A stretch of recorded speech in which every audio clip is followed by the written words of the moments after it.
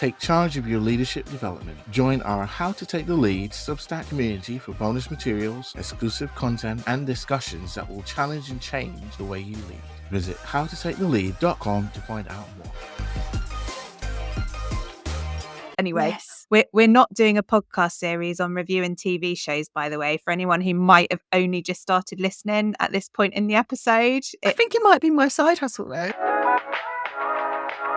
You're listening to How to Take the Lead with Lee Griffith And Carrie Ann Wade. two corporate colleagues turned business besties who question everything we've ever learned about leadership. What started with us putting the world to rights over a gin after work is now a weekly show challenging the myths and perceptions and exploring what leadership looks like in the modern day. We'll also be sharing our experiences and stories along the way. Visit howtotakethelead.com to find our show notes, subscribe to our email list for extra goodies, as well as catch up on previous episodes. And we're now on social media, so get involved in the conversations by following us on Twitter or Instagram at How to Take the Lead.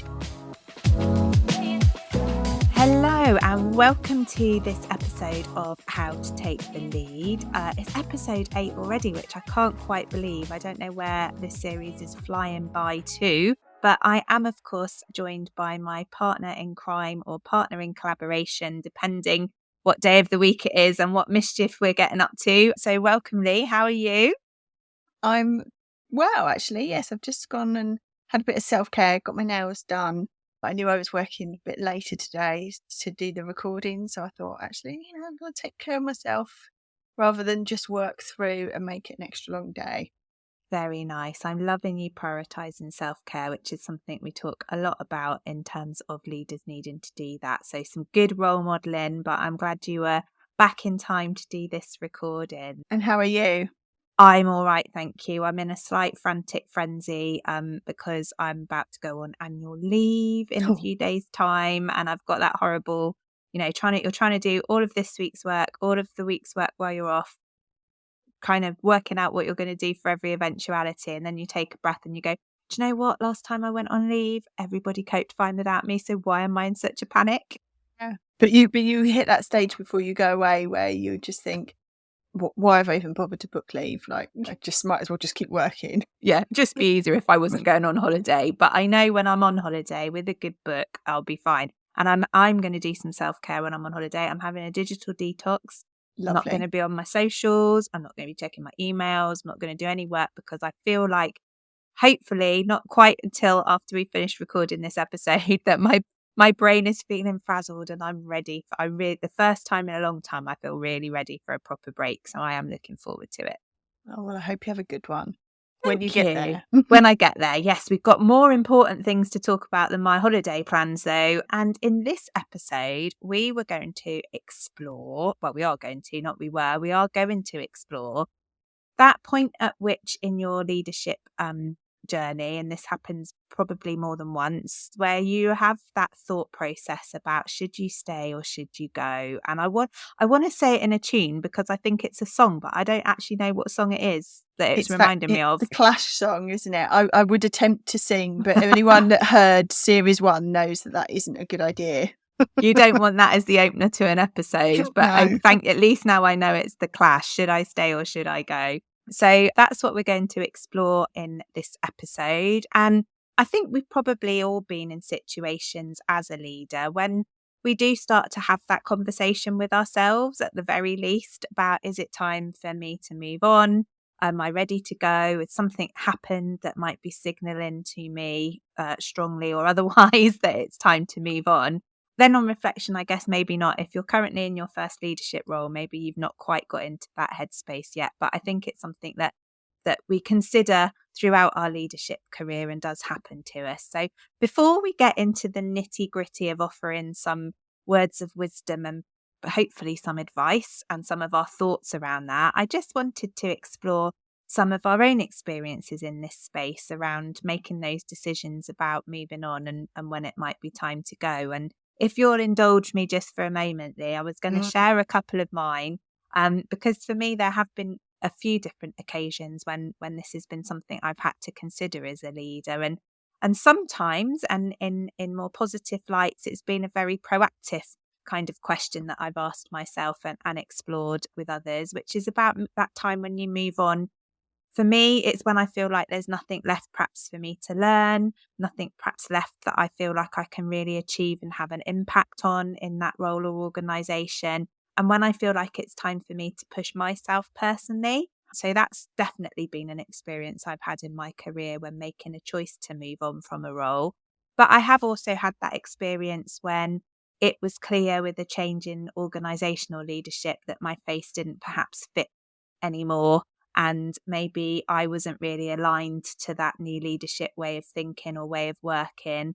And probably, if I'm really honest, have decided to move on that particular occasion before I got the sense that I would probably be pushed a little bit or nudged to move on and Mhm. make that decision. So I've definitely had that experience as well. More recently, an experience for me when I felt like it was time for me to go. I felt like I'd achieved as much as I could in my organisation, in my leadership role, and I felt ready for a new challenge, but actually then got a new leader into the organisation, which gave me a bit of a new lease of life, a different sense of direction in terms of where I was heading as a leader in that organisation. So that actually made a decision for me that I wanted to stay. So for me, I've sort of had three experiences that have all been a bit different from each other in that space when considering that question. So I'd like to pose that question back to you, Lee, and just see if you'd be happy to share what sort of situations you might have found yourself in when you've been pondering the conundrum about should you stay or should you go as a leader. I mean, a lot of what you've said has resonated with my own experiences in my corporate life. I've been in situations where absolutely felt like Groundhog Day, and I'd do harm to someone if I had to run another campaign for I another. thought you were going to say I had to write another annual report. Well, yeah, board paper, PowerPoint presentation, you name it. But I got to that point where everything was like, oh, I don't think I can do this again. I can't do this again. I've been in situations where I've worked in pretty toxic environments and had that sense of I just need to get out of here. I can't stay any longer. It wasn't to the extent that I felt I was being pushed out, but I definitely wasn't being felt to made to feel I can't even say it. You weren't being made to feel welcome. I wasn't being made to feel welcome, and it just was not a nice place to be at all. So I was having what can I do, where can I go type discussions with myself, but actually they went before I went and the situation changed and I got a new lease of life and it felt a lot better. And then I've had opportunities come up when I've not been looking for them, and do you want to give this a go? And I've gone, oh yeah, okay, that would be interesting. And then obviously my biggest should I stay or should I go is when I walked out of my corporate role, which I had got to the point where and we'll probably explore some of this maybe later in the episode about the different decisions, but for me, there was no, I'm going to apply for another job and hang around. I was like, I'm going and I'm getting out of here now. And that was, it was a quick decision and a quick execution after a moment of opportunity of clarity, I suppose. So, and that was a decision I made purely on me wanting to get my life back. So yeah, I've had a bit of it all really throughout my, it's 20 years of corporate life, but I'm still relatively young when you think about all the things you have gone through in your career. Yeah, absolutely. I know you've shared before around your decision to quit corporate leadership life, as it were, and you say it now quite casually, like, oh, it was a really quick decision. And I do know from our conversations that actually it was executed quite quickly, which I think was a good thing for you, because it's almost like once you've made the decision, you sort of want it to happen, don't you? But I guess you kind of you said that with a level of just being quite blasé about it that probably doesn't do justice to what you had to think about when you were making that decision for yourself. Or maybe it does, I don't know. So it's just a thought that triggered for me whilst you were talking about how casually you say it now, but I wonder if it felt like that at the time for you. It was probably 2 years in the making, and I moved to another job in a different organisation, thinking that was the thing, that was the change I needed. And actually, I don't regret making that change, But what it did was shine a light on that I needed to make a bigger change than the one I did. So yeah, it once I had that realization that it's not about just going to another place. I needed to do something radically different. Then it was quite quick, but it probably had, you're right, it probably took a couple of years of trying different things to explore whether I stay or go. And for me, it was, do I stay in this organization? Do I stay in my profession and my industry? Do I stay in this sector? So there was lots of questions I asked myself.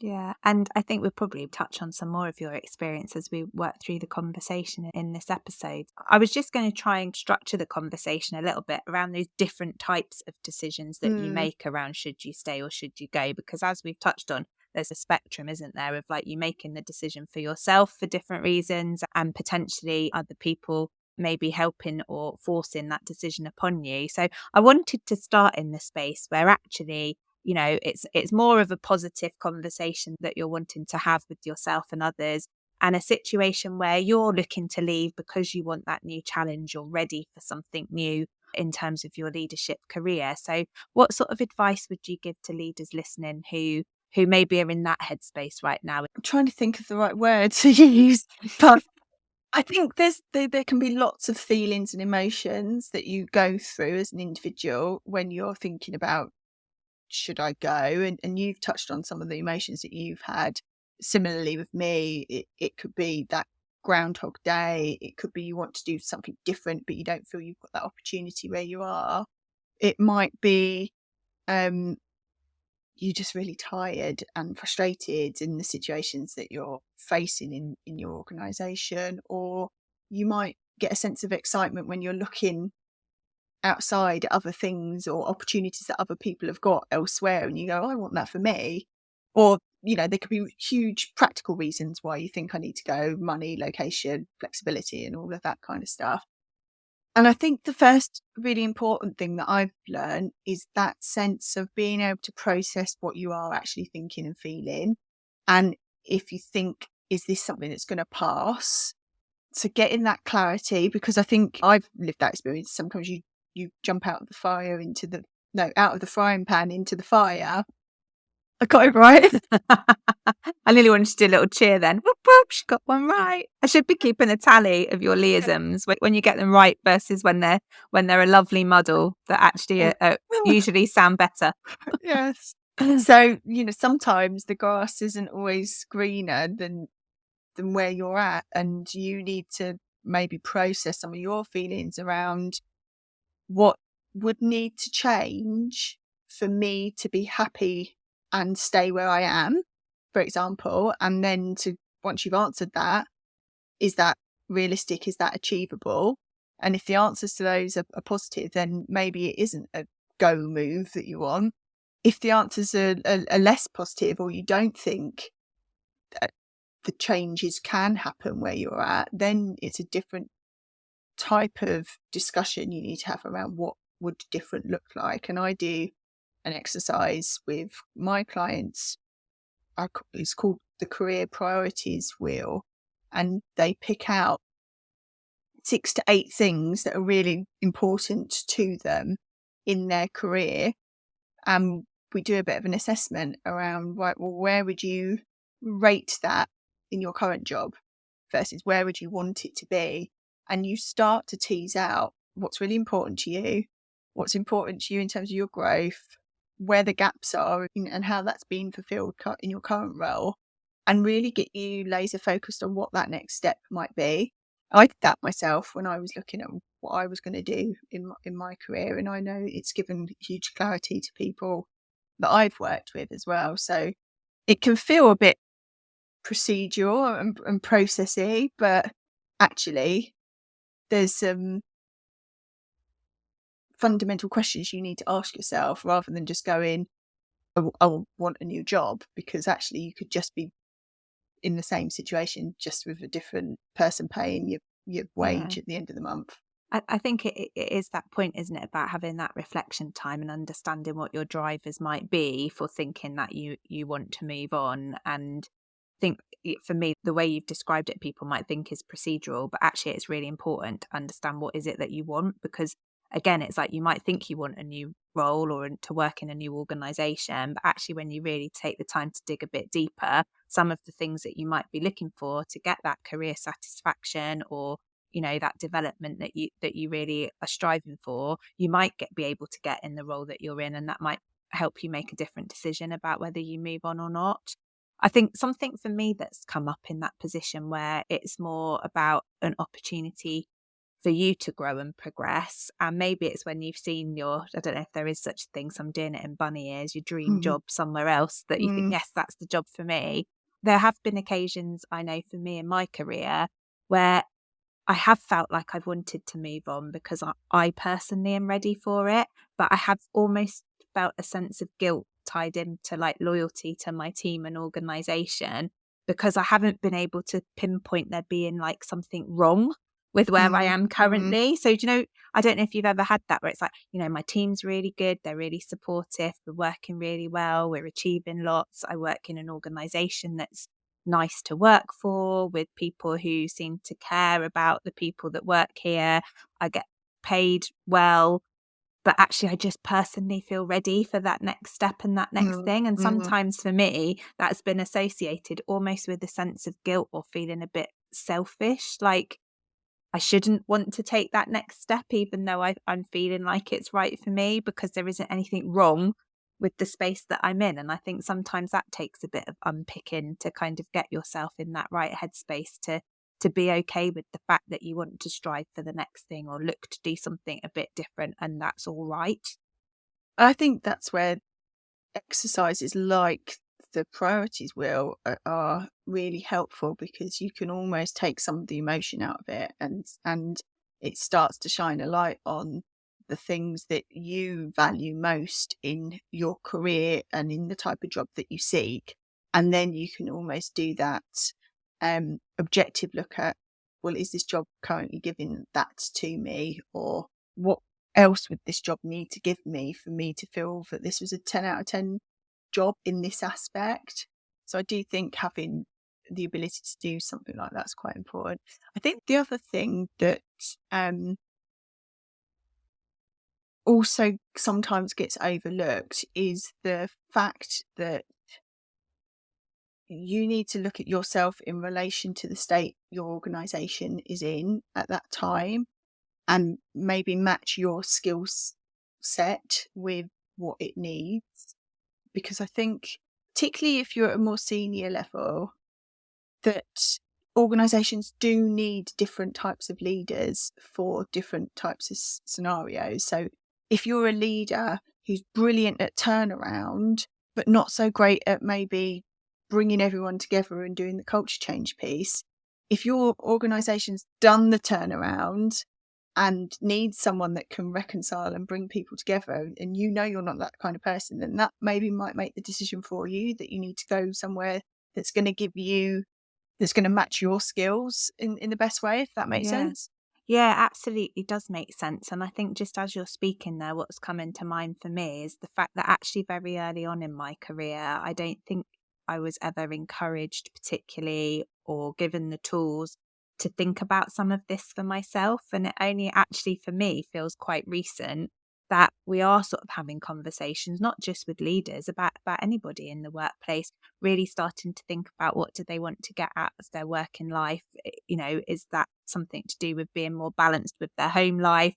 What do they enjoy? What do they love? What are they good at? What are the things that make them want to poke their eyeballs out? Do you know what I mean? Like, I don't think we I don't know, early in my career, I don't feel like I had a lot of those conversations with anybody, but actually No. what I'm seeing more of now is a bit more openness to having those conversations, and some of the exercises you've talked about and the mindset you've talked about getting yourself into to consider what next in your career just makes me think of The Squiggly Careers, which is a book and a podcast by Sarah Ellis and Helen Tupper, where actually they start to give you practical exercises and talk a lot about you working out, where is it that you want to go on this Mm, journey? And it's mm, okay if it isn't linear and in a mm. certain trajectory. It's okay to change and try different things. And so for me, I just think that kind of maybe more of a coaching approach to thinking about your own career and where you want to go next can be really valuable for sure. Yeah, career wheel I talk about, there's a life wheel as well that you can do, which is very similar, about understanding where does work sit in your bigger priorities. Yeah. And actually, you know, people can get into leadership roles and then realize this isn't for me, and for the lifestyle I want, or for, I don't want to work long hours culture, or I don't want to travel a lot, or whatever. I don't want that responsibility of having to be the accountable person, or the legal responsibilities, or whatever it might be, because all of this other stuff outside of work is more important, and I'm not willing to compromise on that. That people do step away, and that decision to change what they do comes from a sense of, well, do you know what? I can drop in my salary because my priority is to be closer to home and work fewer days a week, because I want to spend time with my family, or I want to go to the gym, or I want to, Fridays is my day, I want to go and get my nails done and go for a swim and have lunch with the girls, or whatever it might be.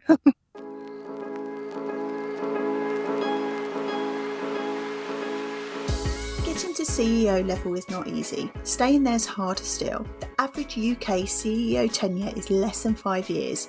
Meanwhile, 50% of executives don't make 18 months in post. That's why it's essential you don't leave those first days and weeks in your dream job to chance. Being intentional with what you see, say and do is a must-have first step if you're going to make the right impact. With the 100-day plan, I help you get clear on your big vision, set a strategy that connects, and the communications plan to deliver it. Using my 6 steps to make an impact framework, you'll have intensive one-to-one support, blending coaching, strategy days and done with you consulting, as well as my expert eye on all your messaging and communications. Visit sundaysskies.com to find out more. If you're enjoying this episode of How to Take the Lead, please hit subscribe and go and leave a review or rating. We'd also love to hear your stories and thoughts on today's topic. Please DM us at How to Take the Lead on Instagram or Twitter, or tag us into your socials using the hashtag How to Take the Lead. So it feels like we've been talking about that space where really we're owning our decision to make that move and decide that we're moving on, or maybe not. Maybe we're deciding we're staying, but we're doing a lot of proactive work in the conversation that we've just had around kind of really owning that and being in that space. But we've touched on it a little bit, I think, when you talked about, you know, considering whether you're the right leader for an organisation, if your skill sets still match what that organisation needs. There will be times potentially in our leadership careers where we're sometimes forced into a decision about staying or going, and it's usually about going, let's be honest. That might be through a restructure, a change in leadership. It might be a performance issue. It could be a whole number of things that feel like they come perhaps in a more negative kind of space with more negative connotations. So what sort of advice would you give to leaders who are maybe finding themselves in that situation where there's definitely a you will be going element to where they're at in their career right now? But we know that some organisations can be cutthroat, and we probably all know someone that's been managed out of an organisation. I don't think I've worked for a single organisation where I'm not aware of at least one person that's had the unfortunate, I don't know what the word is I'm looking for. Circumstance, I don't know, maybe yes. situation. Situation where they've been let go. And I suppose what you notice is those, how different people handle things differently, and what's a good way and perhaps a not great way to handle it. Because to be frank, it's really shit, isn't it? If you're in that situation, and usually there's stuff that leads up to that point of those discussions. So you're probably already feeling under the cosh. You're probably already questioning your abilities or confidence in yourself to be able to do certain things, and that just gets perpetuated as people start to have conversations about your future in an organisation. And you need to deal with and process your emotions as you go through that. But I think in some ways this is the point where your strategic brain really does need to kick in, and you need to start thinking about the long game. And I know that's easier said than done, but even if you look at, I don't know, football managers, there's a real difference, isn't there, between when the narrative of a football manager who's sacked versus a mutual decision versus they've decided to step down. And so as early as you can take control of your narrative and the process you go through, the better, really. So whether it's things like how you agree about when it's going to be announced, having oversight of the comms, all of that, don't leave that power to someone else. You need to own it, because obviously there's things like your legacy and your reputation that are at risk here, and so you do want to make sure that you're protecting that as much as possible. I do think there are exceptions to that type of situation, though. So if you think you've been treated unfairly because you've been bullied or discriminated, then I do think that's different. I think then you need to be checking in with your support network to get some perspective from them. You might need maybe more of an independent conversation with someone more senior than your manager or a board member if you are in the board. It might be a designated person for whistleblowing if it is really that extreme. Don't forget you are entitled to representation and support. So I think particularly in those types of scenarios, your integrity as a leader and the bigger picture might mean that you need to put yourself in a difficult situation and speak out or make a stand and all of that stuff. And that can be hard. So I do think it's part circumstance. I think in every circumstance, though, as a leader, you need to try and have as much control of the narrative, if not the process. Yeah.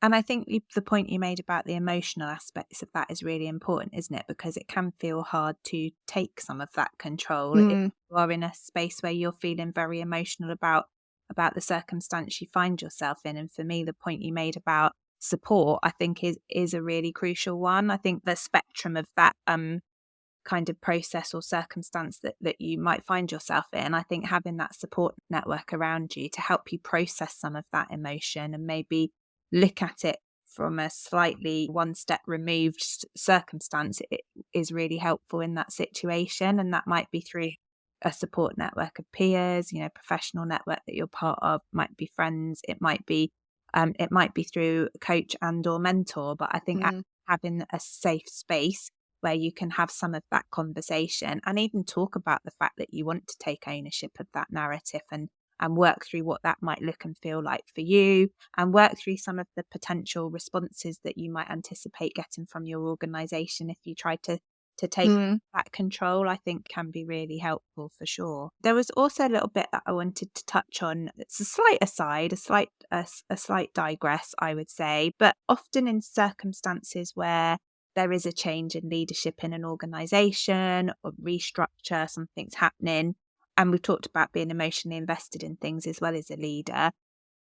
I guess there's that bit for me sometimes and you touched on it around what does the organisation need earlier, but there's that bit about as a leader, sometimes the organisation maybe does need something different. Maybe there's a bigger purpose or a bigger cause that means some leaders might need to step up and do something that truly is for the greater good, but that can be really entrenched in what your own personal circumstance is. And I guess, I just wonder how many leaders will truly maybe make some decisions about leaving an organisation. And you talked about football managers stepping down. It's not just in sport, is it? But how many leaders, I wonder, would truly recognise that actually now's the time for me to go because I'm doing a disservice to my organisation, my team or whatever, and how many people might be hanging on because they do have those personal circumstances like paying a mortgage, for example, to consider. One of the things I wanted to just briefly explore before I move us on into a bit of a different space around the question of should you stay or should you go is sometimes you make a decision that it's your time to move on and you want to leave, and you're in that position and kind of preparing yourself for it. And then people swoop in and go, no, we don't want you to go. Please don't go. We want you to stay. What can we do to make you stay? And you can quite easily, I think, sometimes get caught up in the kind of wow factor of like, people don't want me to leave. I'm having such an impact here. I just wondered what you might consider if you were in that position of potentially almost being ready to make that step and leave, and then people are trying to convince you that you should stay. And I guess some of it will be the same as the advice you've already given her. But I can see that some of us, maybe some of us extroverts in particular, might be easily flattered into thinking it would be a good idea to stay. I just wanted to get your views on that, Lee. So I think I've referenced this TV show before, and you would think I absolutely love Is it Columbo? No, Bull. I'd watch it, but he isn't. I can't say it's like a massive favourite of mine. I do moan about it most weeks. I'm not just randomly, but it's an interesting point because one of the lead characters is really unhappy in the workplace. It's been schmoozed by another company. Is this going to be another spoiler alert that we have to let listeners know about, though? Oh yeah, potentially. Maybe not. I'll try not to give too much away. Yeah. So she's been schmoozed by another company. The boss gets wind, well, doesn't get wind, actually just sees her out at lunch with this other person schmoozing her, offers her what he thinks she wants, so she decides to stay. Then the schmoozer person comes in with a better offer. Schmoozer person, I love it. Comes in with a better offer, and at that point, she decides she's going to go, even though this boss has decided he's going to do everything he can to keep her. But it comes down to the fundamental thing around she didn't actually want all the bells and whistles. She wanted the value to be felt and for her boss to understand the value that she actually was adding to the organisation. So it wasn't about getting a partnership or any of this kind of stuff. So she actually did leave, regardless of them giving her everything that they thought she wanted. And so I say that to say, I think it goes back to, there's obviously an underlying reason that you're thinking about wanting to go or decided to go. What's actually going to change if you stay? And is that the thing that back to that first premise of, is it realistic and achievable? Are they going to make that change? Or are they just going to say that they are to keep you, but you're going to be in the same place in 3, 4, 5 months' time?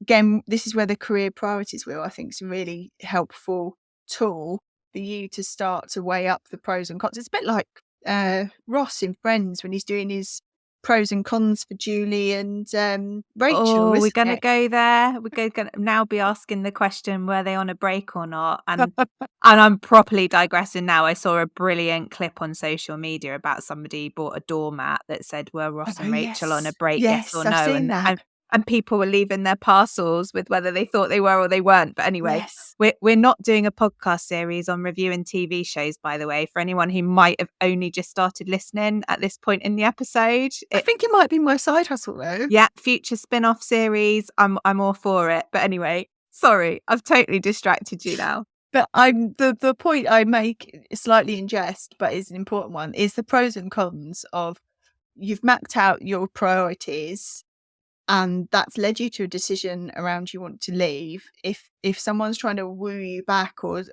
get you to stay, is it ticking all those boxes that have said you're going to go? And is it just are they BSing you, or is it really going to deliver? Will there be an actual change? Yeah, absolutely. So I'm going to move us on now, because I'm conscious that this is an episode that feels like we could keep talking about for a really long time. We focused a lot in this episode so far on you as an individual, personal choices for you, things that impact you personally as a leader and impact your career. But obviously, as a leader, you have a responsibility for leading a team or an organisation.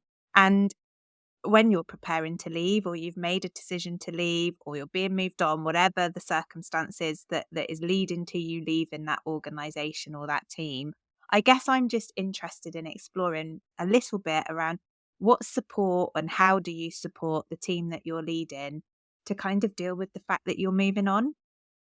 I think there are 2 ways people handle it. So you've got the responsible way, which is what we're going to talk about in detail. You do have individuals who handle it irresponsibly and clock out before they leave and don't think about it. Now, I think I have issues with that, because I think you need to exit well from any organisation, because it's your legacy, your reputation, it affects future employment opportunities, all of that kind of stuff. So that's why earlier on I was talking about your narrative. And I think part of the narrative is about helping your team to understand your decisions to go, and also bigging up your team and the achievements that they've had and the proud moments that you have had as a leader of that team.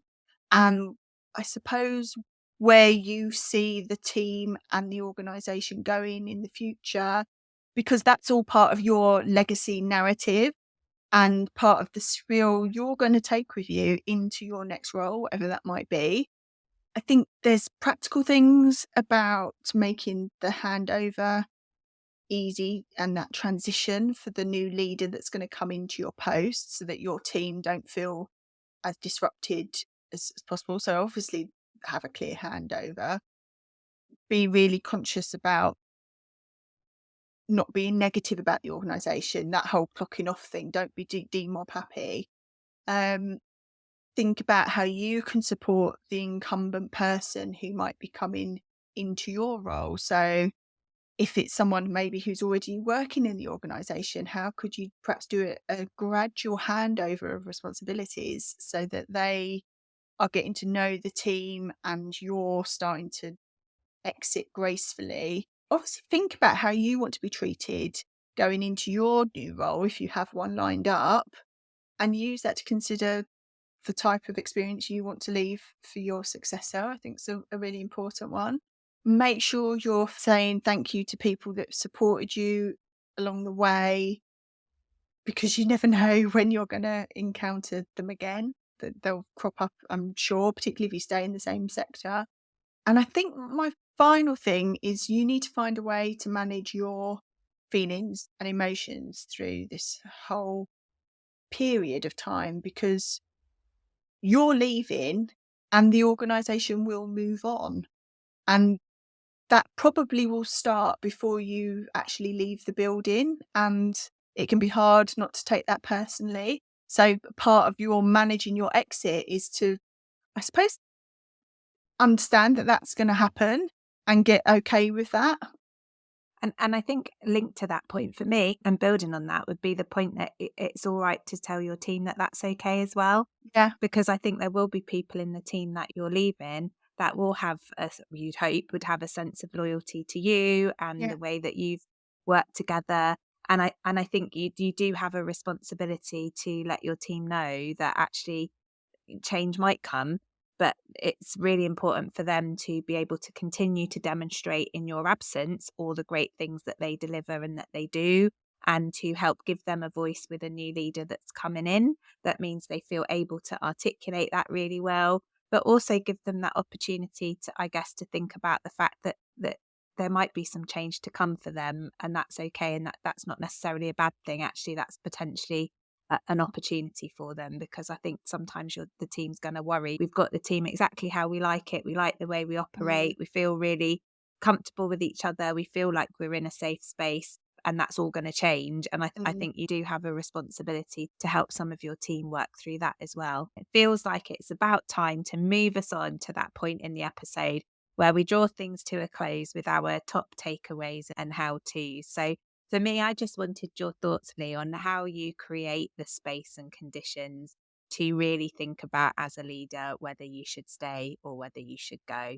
So I think for me, your job is part of your life. So I think you need to consider it as part of the bigger picture. So the career priorities wheel, I think, is a really useful tool to give you that space in terms of asking different questions that might lead you to an answer.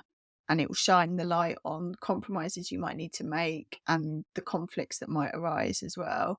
I think it can be easy in the moment, particularly if you have a really shitty day, to think, oh, that's it, I need to go. It could be easier said than done, but even just taking yourself off to a coffee shop for a couple of hours with a notebook and just getting down in your head some of those things you prioritize is just a good starting point to ask those questions around what needs to change. I think that's the question at the end of the day: what needs to change, and is it realistic for it to happen here? Absolutely. And I think the only thing I would add as a top tip would be about your support network and making sure you've got that around you to be able to have a space and a sounding board to have some of those conversations out loud. I think once you've started to get some clarity, or at least hope to get that clarity in your head, it can be helpful just to to test that out with other people. So think about that, and whether or not your coach or mentor, if you've got one, is a possible space and opportunity for you to start thinking through some of those questions would be my advice.